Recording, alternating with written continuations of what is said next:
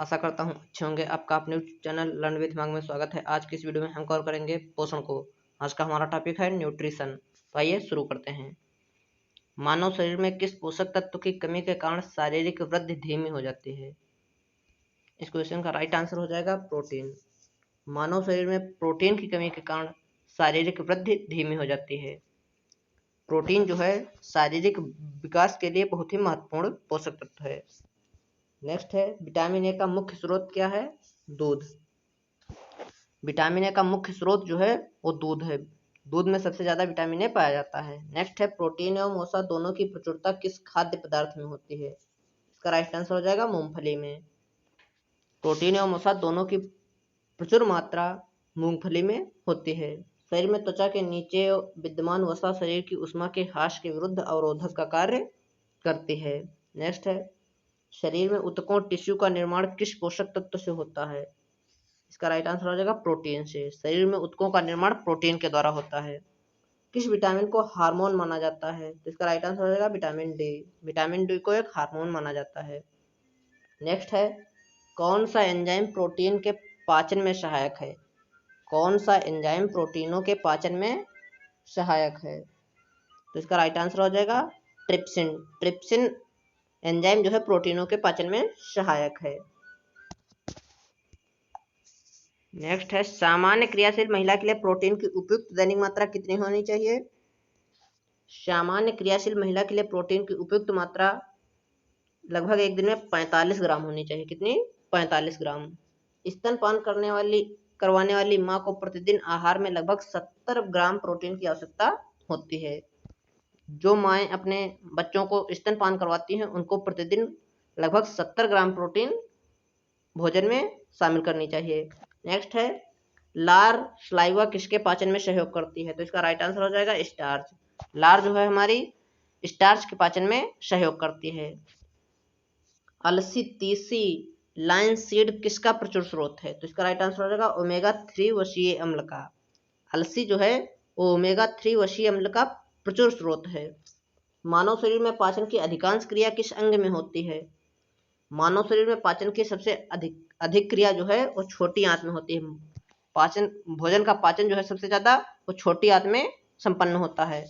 Next है मांस की तुलना में मछली को सुपाच्य और लाभदायक क्यों माना जाता है?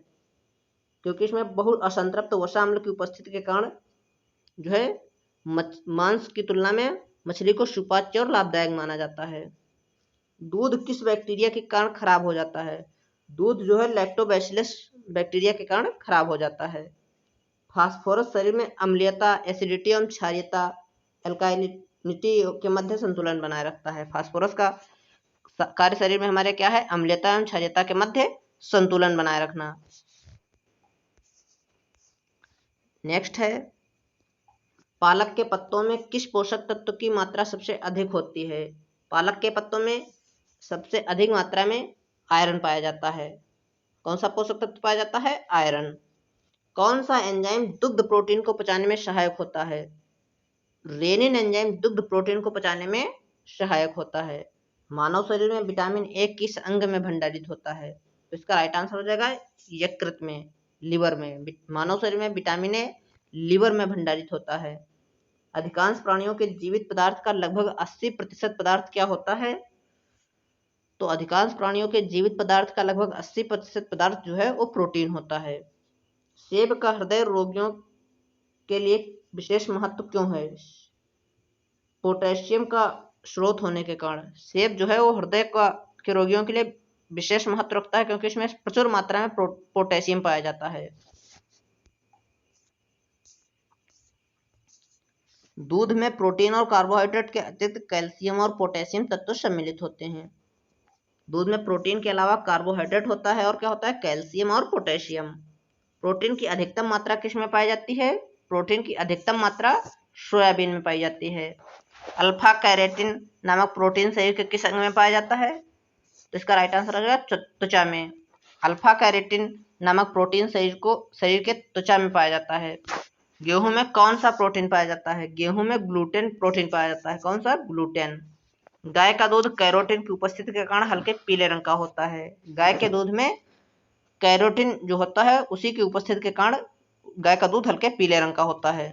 दूध का श्वेत रंग किसकी उपस्थिति के कारण होता है? दूध का सफेद रंग जो है कैसिन नामक प्रोटीन के कारण होता है। किसके कारण? कैसिन नामक प्रोटीन के कारण। नेक्स्ट है विटामिन सी की मात्रा सर्वाधिक होती है। विटामिन सी की मात्रा सर्वाधिक होती है आंवले में।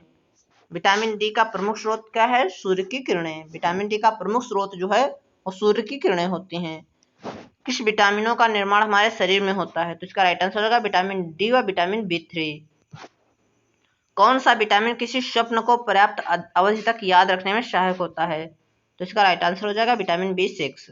विटामिन बी6 किसी स्वप्न को पर्याप्त अवधि तक याद रखने में सहायक होता है। सब्जियों से मुख्यतः हमें प्राप्त होता है, सब्जियों से मुख्यतः हमें विटामिन प्राप्त होता है। क्या प्राप्त होता है? विटामिन। एक गिलास पानी पीने से कितनी कैलोरी मिलती है? तो इसका राइट आंसर हो जाएगा 0 कैलोरी। बासमती चावल के दाने पकने पर लंबे क्यों हो जाते हैं? बासमती चावल के दाने पकने पर लंबे इसलिए हो जाते हैं क्योंकि इसमें एमाइलेज की उपस्थिति होती है। दूध में कौन सा सेकेराइड उपस्थित होता है? तो इसका राइट आंसर हो जाएगा लैक्टोज। नेक्स्ट है किस विटामिन की कमी से स्कर्वी रोग हो जाता है? विटामिन सी के कमी के कारण स्कर्वी रोग हो जाता है। विटामिन सी का नाम होता है एस्कॉर्बिक अम्ल। इसको क्या कहते हैं? एस्कॉर्बिक अम्ल। हेपेटाइटिस मानव शरीर के किस अंग को प्रभावित करता है? हेपेटाइटिस मानव शरीर के यकृत को प्रभावित करता है। हेपेटाइटिस से मानव का जो यकृत है वो डैमेज हो जाता है। किसके संश्लेषण में विटामिन के की विशिष्ट भूमिका होती है?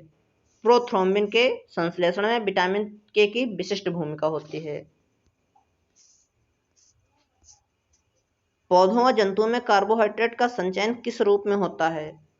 पौधों व जंतुओं में कार्बोहाइड्रेट का संचयन स्टार्च के रूप में तथा जंतुओं में ग्लाइकोजन के रूप में होता है। पौधों में स्टार्च के रूप में तथा जंतुओं में ग्लाइकोजन के रूप में होता है। विटामिन होते हैं आवश्यक कार्बनिक यौगिक जिनका संश्लेषण शरीर में नहीं होता है। शरीर में अवशोषित होने वाले पोषक पदार्थों से भंडारण के लिए आवश्यकता से अधिक वसा का संश्लेषण कर लिया जाता है। नेक्स्ट देखते हैं। नेक्स्ट है कैसिमिर फंक ने किस पोषक तत्व की खोज की थी? कैसिमिर फंक ने विटामिन की खोज की थी। किसकी खोज की थी? विटामिन की। विटामिन ए से संपन्न किस खाद्य पदार्थ कौन से हैं? तो इसका राइट आंसर हो जाएगा कार्ड, यकृत, तेल, शकरकंद, गाजर, पालक आदि। मनुष्य में विटामिन ए की कमी से रतौंधी, शारीरिक वृद्धि व भार में कमी, कार्निया तथा त्वचा संबंधी रोग उत्पन्न हो जाते हैं। विटामिन बी12 का रासायनिक नाम क्या है? विटामिन बी12 का रासायनिक नाम है साइनोकोबालामीन। साइनोकोबालामीन। ठीक। खट्टे फलों सिट्रस फ्रूट्स में कौन सा विटामिन पाया जाता है? खट्टे फलों में विटामिन सी पाया जाता है। विटामिन सी का रासायनिक नाम एस्कॉर्बिक एसिड होता है। घाव के भरने में कौन सा विटामिन सहायक है? Vitamin C. घावों के भरने में विटामिन सी सहायक होता है। क्यूलोसिस नामक रोग किस विटामिन की कमी से हो जाता है? तो इसका राइट आंसर हो जाएगा विटामिन बी12। नेक्स्ट है थायमिन किसका रासायनिक रूप है? थायमिन विटामिन बी1 का रासायनिक नाम है। जल में कौन सा विटामिन घुलनशील होता है? Vitamin B one, vitamin C. Pellagra और स्कर्वी नामक रोग क्रमशः किन विटामिनों की कमी के कारण हो जाते हैं? पेलाग्रा रोग जो है वो विटामिन बी3 और स्कर्वी रोग विटामिन सी की कमी के कारण हो जाता है। विटामिन डी का रासायनिक नाम क्या है? कैल्सीफेरॉल। विटामिन डी का रासायनिक नाम होता है कैल्सीफेरॉल। विटामिन डी की कमी के कारण कौन सा रोग हो जाता है? विटामिन डी की कमी के कारण रिकेटस रोग हो जाता है जो कि हमारी हड्डियों को प्रभावित करता है। नेक्स्ट है रक्त का थक्का बनने में विटामिन के की आवश्यकता होती है। रक्त का थक्का बनने के लिए विटामिन के की आवश्यकता होती है। किस विटामिन की कमी से शरीर की प्रतिरक्षा प्रणाली तथा जनन क्षमता कम हो जाती है? एस्कॉर्बिक अम्ल की, जिसे हम लोग विटामिन सी के नाम से जानते हैं। संक्रमण रोधी विटामिन किसे कहा जाता है? विटामिन ए को। संक्रमण रोधी विटामिन विटामिन ए को कहते हैं। किस विटामिन में कोबाल्ट पाया जाता है? विटामिन बी12 में। अनाज के छिलके में मुख्यतः कौन सा विटामिन पाया जाता है? अनाज के छिलके में विटामिन बी1 पाया जाता है जिसे हम थायमिन के नाम से जानते हैं। भोजन में रेशों का महत्व, importance of fibre in foods. भोजन में रेशों की अधिकता पाचन क्रिया में सहायक होती है। रेशे युक्त भोजन में ग्लूकोज की मात्रा कम होती है, जिससे आंतों में ट्यूमर बनने की संभावनाएं कम हो जाती हैं।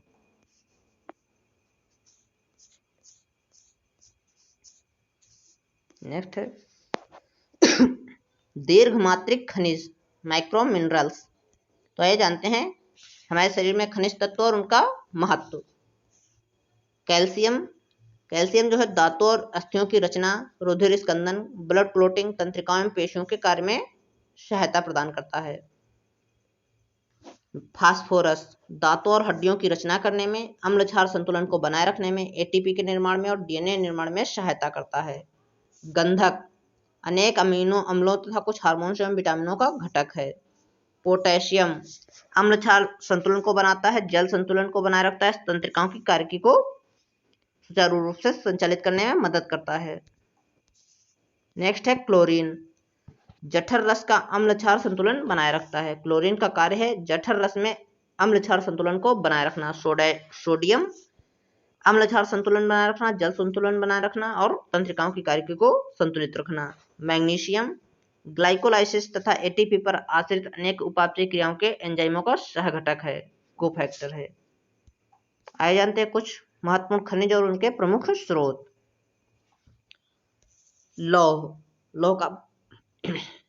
लोहे का प्रमुख स्रोत है केला एवं खजूर। पोटेशियम का प्रमुख स्रोत है पालक। आयोडीन का प्रमुख स्रोत है आयोडीन युक्त सामान्य नमक। कैल्शियम का प्रमुख स्रोत है दूध एवं अंडे।